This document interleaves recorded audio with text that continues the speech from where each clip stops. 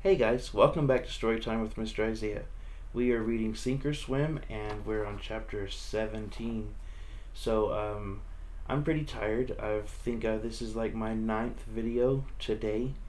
I'm going to read this one and I think we're going to call it quits. Forgive me if I am stuttering or if I am a little tired just because, like I said, this is my ninth video. If you haven't already read or listened to our chapters up to chapter 17, make sure you go back and check those videos out and get caught up with us. Otherwise, make sure if you haven't already that you subscribe, click the notification bell so you don't miss a thing.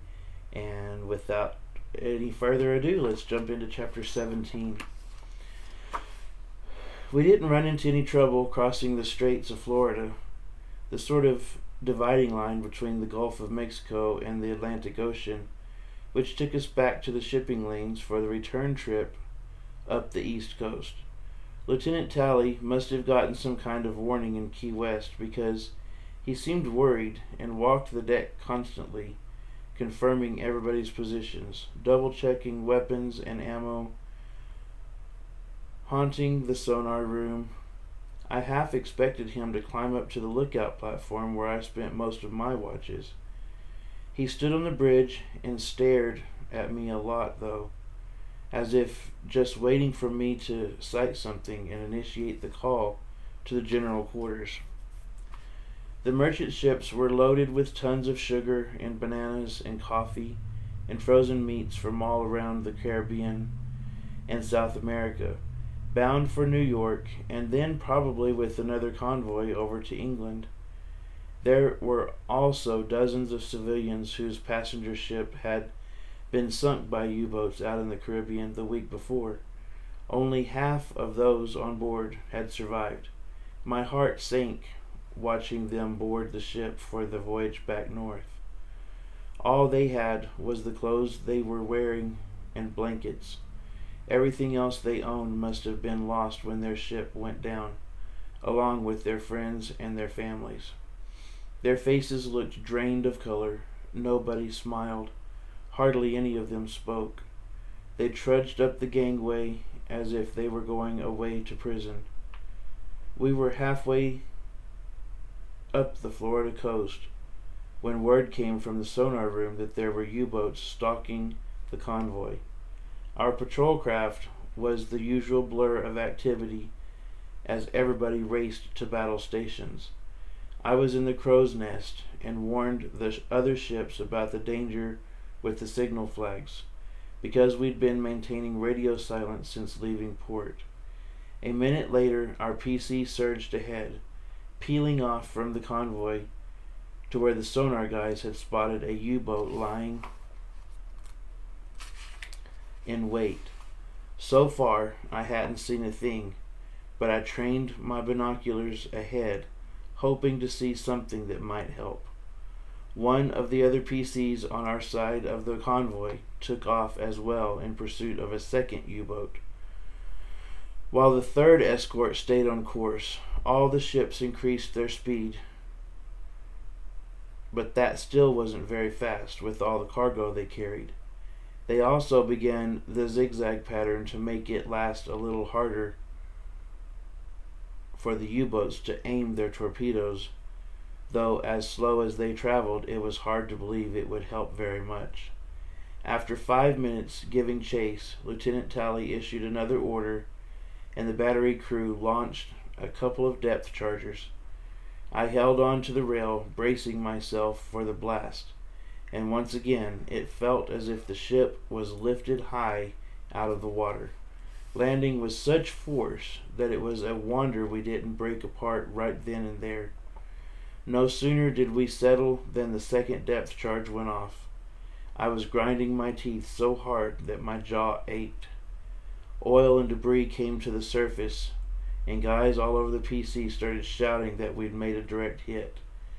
They were particularly dancing all over the deck until Chief Kerr jumped off the bridge and stormed up and down yelling at them all to knock it off. "Back to your stations," he bellowed. "We didn't hit nothing. It's an old sub trick." I remembered the training back in Miami, and he was right. U-boats had been known to internationally release oil, mattresses, and clothes through their torpedo chutes, anything that might convince us that they'd been hit. But what they were really doing was either getting away or hiding on the bottom or lining up for another torpedo shot, maybe even at the ship that was in pursuit, maybe even at us. Lieutenant Talley ordered another depth charge launched, and we went through the whole thing again, only no more oil and no more debris came up this time. So it probably had been a case of the U-boat pulling a trick and getting away like Chief said. And it had worked. It was the third time we'd chased a U-boat, and we still didn't have anything to show for it. As we pulled back toward the convoy, I could see the other PC far forward of our position, still in pursuit of a second U-boat. They must have spotted something because they seemed to be giving chase. I wondered where the others in the wolf pack might be, and suddenly I had my terrible answer as an explosion erupted at the fantail of one of the merchant ships. An arc of fire shooting up like a rocket. Seconds later, there was another explosion farther forward on the ship, and more flames and smoke billowed up into the clear afternoon sky. It was the same ship all the civilians were on. I couldn't believe it was happening to them again. The escort PC that had stayed back with the convoy fired its cannon at the spot where the torpedoes had first been spotted as we raced back to join them in defending the cargo ships. The one that had been hit listed hard to starboard, and I could see the lifeboats being lowered and people climbing in. The air smelled like diesel fuel and burning oil. Small bits of metal debris rained down on us, and I had to climb from the crow's nest to safety. We all wanted to go help the survivors. It was a rescue operation now, but we still had to be wary of the rest of the wolf pack, and soon we were off again in pursuit of yet another U-boat.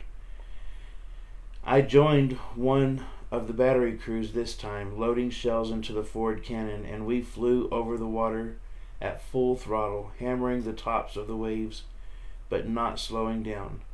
Behind us, the other cargo ships were taking on survivors, and the second PC was returning from what must have been a failed U-boat pursuit. This time we weren't going to miss our target. Lieutenant Talley gave the order to reverse engines to slow us down. Once we got to a certain point, near enough to the U-boat we were chasing, according to our sonar, and then we unleashed everything. Depth charges from the K and the Y guns, rocket bombs from Hedgehogs, explosions blew geysers 100 feet in the air all around us, and our PC rocked wildly. Guys were flung around worse than in the storm a week earlier. Damage control crews raced below decks again, and gunnery crews kept at the ready in case a U-boat surfaced and we could use the deck guns on it. Behind us, the wounded cargo ship rolled farther into its side, and then, with a loud groan and the grinding sound of twisted metal, broke in half. Both halves went down within minutes, and I prayed that everyone had gotten off safely, especially the survivors from before. We repaired damaged bulkheads and reloaded the depth chargers and rocket bombs. We stared at the ocean, the water calmer now that the explosion was over. We studied the sonar, pinging off what had to be a sub, now motionless below, and we waited to see what would come up from the bottom. "What do you think?" Strobe asked me as the waiting stretched on for what felt like an hour. We were back at the forward gun, the 3-inch 50 caliber ready with more fire shells. I'd just come up from the sonar room. "It's not moving, and it's definitely a sub," I said. "Just can't tell from the sonar if we hit it." concussion from the depth charges, and those rockets could have blown bolts out, could have caused leaks all over the U-boat, the gunnery chief said. They could be drowned inside of there. I shuddered at the thought of that. Then I shuddered at the thought of any submarine crew dying in any way under the ocean. I hope they are all dead, I muttered, though I knew in my heart I didn't mean it. I didn't know why, either. For months, all I had wanted was revenge for what they had done to Danny. But now that there was a pretty good chance we'd sunk a sub, I hated the thought of a whole crew of men who were alive just half an hour ago now being, well, not alive. What if it had been our ship that had been hit by a torpedo instead? And what if we were all trapped on board and as we sank? I don't know, Strobe said. I kind of hope they surface and just surrender and we take them prisoner. That way they're out of the war for good. But we didn't kill them or anything. Only good Krot is a dead Krot, said another guy on our crew. I know Krot was something they called German people, but Mama would never let Danny and me use a word like that. I said maybe Strobe was right, but even as I said it, I wasn't so sure I believed that either. I wanted to bury all the Germans and their U-boats, but at the same time, I didn't want them to die. It was so complicated. Maybe what I wanted was for everything just to be back the way it was, with Mama and Dad and Danny and me, and nobody trying to blow anybody up in the ocean anymore, and no crazy, stupid war. That is the end of chapter 17. So we'll pick up where we left off on chapter 18.